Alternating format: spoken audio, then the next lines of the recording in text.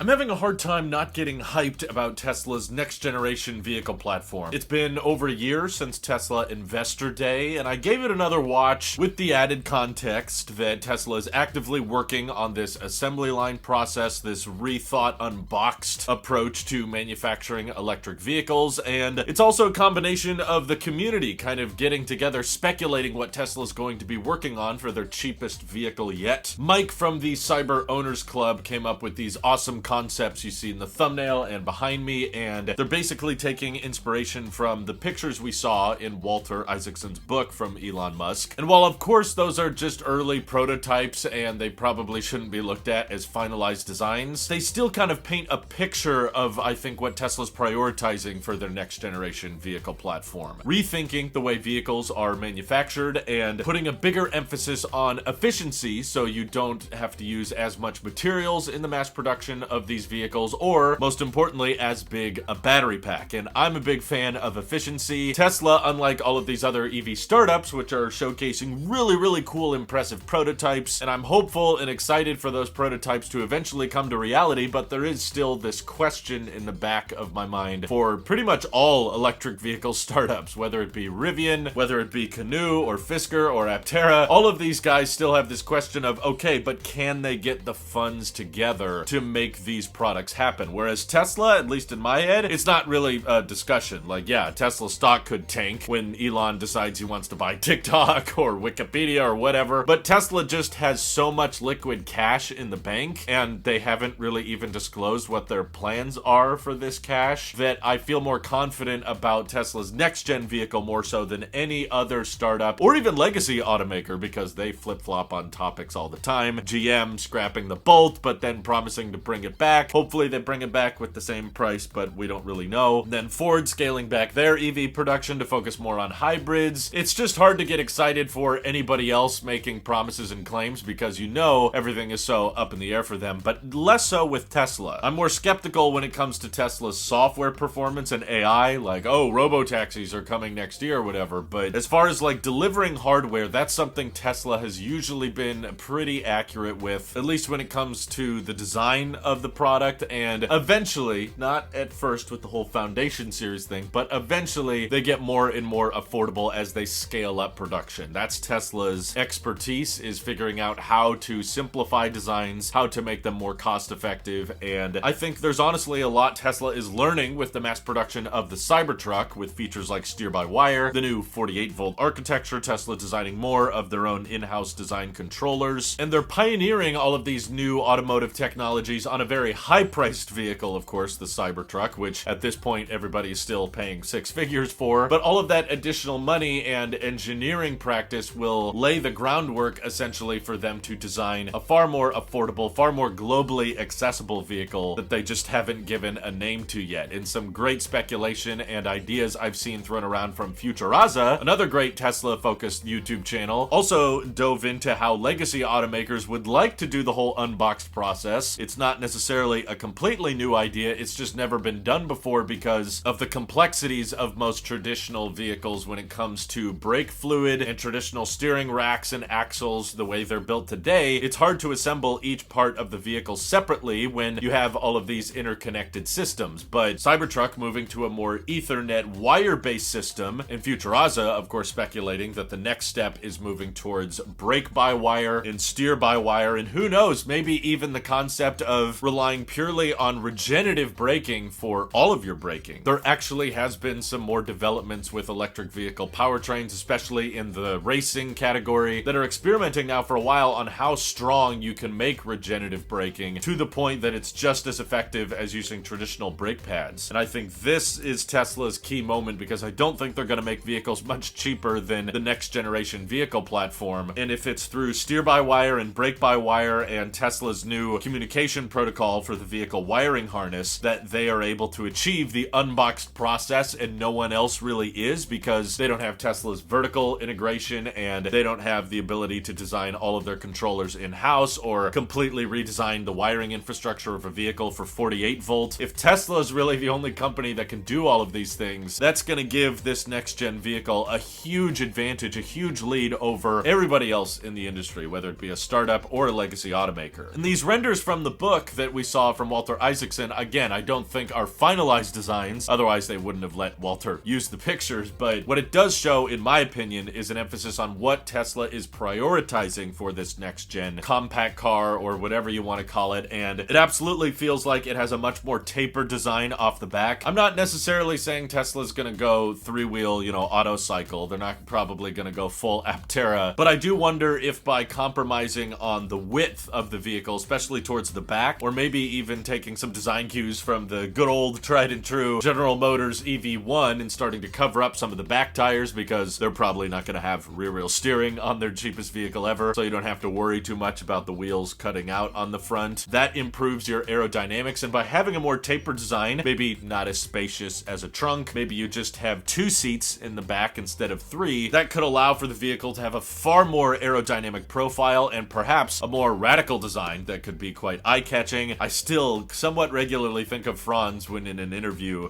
he was asked what his favorite Tesla vehicle design is, and he said his favorite design is one he can't talk about yet. And I just have a hard time believing that the whole next-gen vehicle is just going to be some random hot hatch Tesla compact car if that's Franz's favorite vehicle design. So I feel like for this next-gen vehicle, they've got to have some tricks up their sleeve. They got to have something kind of unique, kind of special, kind of that separates them from everything else on the market. I have a hard time believing Tesla's just going to eventually release a cheaper, like, Chevy Bolt-looking car that just has a Tesla logo. Although, if it incorporates all of these new state-of-the-art technologies, like the unboxed process, like the steer-by-wire, the brake-by-wire, and the 48-volt architecture, and that enables them to achieve record low prices, that's still going to be really cool, because I still personally believe the biggest limiting factor with the electric vehicle transition comes down to cost. It's not about necessarily marketing enough or advertising enough Teslas. I know a ton of people in my personal life that would be super on board going electric, but it just has to make financial sense, and a lot of people, believe it or not, are not buying brand new vehicles, okay? A lot of people are still in the used vehicle space because that's what they can afford and that's what they're comfortable with. But if we start getting to the point where electric vehicles new, regardless of rebates, regardless of gas savings, because especially in states like California, electricity is barely cheaper than gasoline, none of those calculator savings, like, well, you gotta do the math, is going to win people over. But if you start winning them over on the entry price, on, hey, it's actually gonna be cheaper for you to buy this car than it is a used gas car, that's when I think a lot of people are gonna start to open their minds towards it and be willing to consider making that switch. And seeing the concepts in the book show that split window design, the same kind of window design we see currently on the Aptera, that allows for a better aerodynamic profile, there's less drag points overall on the exterior, and having a more rounded design that's less squared off, even than a Model 3 is less squared off, that also enables a lower frontal area, better coefficient of drag. But usually with that more rounded side profile, it requires you to open the door more upright, which I think is futuristic and cool. Very DeLorean-esque, of course, to have those doors that go up. Again, something we've seen and talked about with the Aptera design, and seeing Tesla take some design cues with these concept artworks gives me hope that there is some more radical first principles approach to rethinking an electric vehicle, because every bit of aerodynamic benefit you get on this next generation vehicle enables you to use a smaller battery pack, which makes the overall vehicle much, much cheaper to produce. If Tesla is able to get, 6 to 7 miles per kilowatt hour with somewhat of a radical rethinking of what a compact car could look like, that means that they could get away with using a 40 kilowatt hour battery pack and still getting, 260 to 270 miles of range, which I personally think is enough. That's what I have in my car, and I just hit 36,000 miles on the odometer, so I know it's possible, assuming you have a good charging network and a decent charging curve, to do lots of road trips and get by in your daily life with that amount of range. And with a much smaller battery pack than what Tesla's currently using in their Model 3s, that should enable them to lower the price of production drastically. And also just keep in mind the expectation that Tesla fluctuates prices a lot based on supply and demand. So I don't believe the Tesla next generation vehicle will launch, like debut, at $25,000. It'll probably start much higher, could be around $35,000 to $40,000 before the tax credit, and then once production ramps up, once they catch up on demand a little bit, they'll actually have the margin built into this assembly line to get them closer to that $25,000 starting price. And who knows what incentives will be available by the time this vehicle launches. There's going to be possibly administration changes and tax credit requirement changes when it comes to the minerals in the battery pack. I know initially Tesla said at Battery Day they wanted to use lithium iron phosphate for their next gen vehicle, vehicle, but now with the IRA tax credits, they might change their mind on that and go with 4680s that are built at Giga Texas. They're probably weighing out all of these options constantly, and they're not exactly sure what they're gonna do, but seeing the community throw ideas out there and seeing Tesla in the past listen to their community and implement those changes, especially when it comes to hardware, that gets me excited for what this next generation of Tesla vehicle products is going to look like. How efficient can you get it? How affordable can you get it? And how can we really move the needle towards electric vehicle adoption? So that's personally my wish list. I'm hoping for something smaller, more efficient, a bit more radical, a bit thinking outside the box, even if that comes at the cost of cargo capacity. They could beef up the frunk to maybe make that a little bit more practical than the trunk is, because having a more tapered design off the back helps your aero quite a bit. And Tesla probably has the data that acknowledges most of the time there's 2 to 1 people in our vehicles, so we don't have to prioritize the entire vehicle exterior just around having a bench seat in the second row that can sit 3 people, because most of the time that's not happening. But also, why can't we revive and bring back the whole bench seat concept for the front row? There are vehicles in the past that still had airbags if you had 3 seats in the front. I think there's absolutely a way to do it safely, and I hope Tesla's looking into that, because at least in their prototypes they did showcase a bench seat in the front row. But what do you guys want to see in Tesla's next generation vehicle platform? Feel free to let me know down in the comments below. And thank you to everybody supporting this channel directly. It seriously helps us out a ton, as does just watching these videos. So thanks again. Have an excellent rest of your day.